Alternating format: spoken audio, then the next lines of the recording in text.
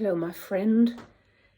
I want to speak to you about worry because some of you have been in touch with me about my rather kind of upbeat videos about facing the future and going into the new year in good spirits, and told me that what is in the way of you doing that is your real worry about real concrete difficulties in the real world. And of course, those are things that mess with our sense of who we are, or how we can cope, or how we can go forward. But the reality is, my friend, that these challenges will be things that you will deal with, and that all of us will come across such challenges that keep us awake at night, sometimes for weeks on end, sometimes for months on end, sometimes for years on end. And what we do is that we find a way to do that worrying. We don't tell ourselves off, and we don't say worry is a bad thing and it's a wasted effort, because it isn't true.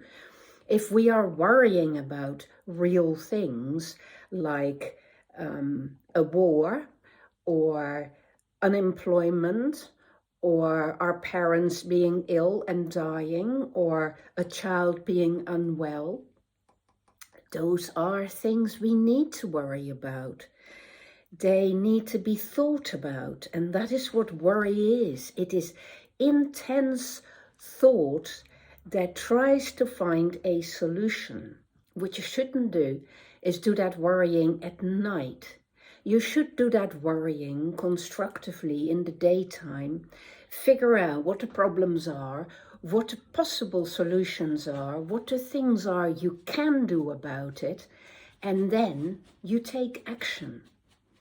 And as I said, this might take a long time, and some things have no simple, immediate solutions, but only very long-term solutions.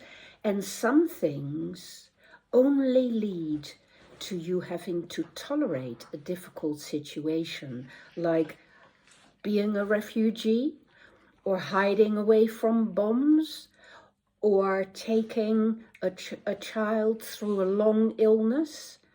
These are things we have to learn to toughen ourselves up to bear, and to become agile enough to still find good moments in those terrible experiences.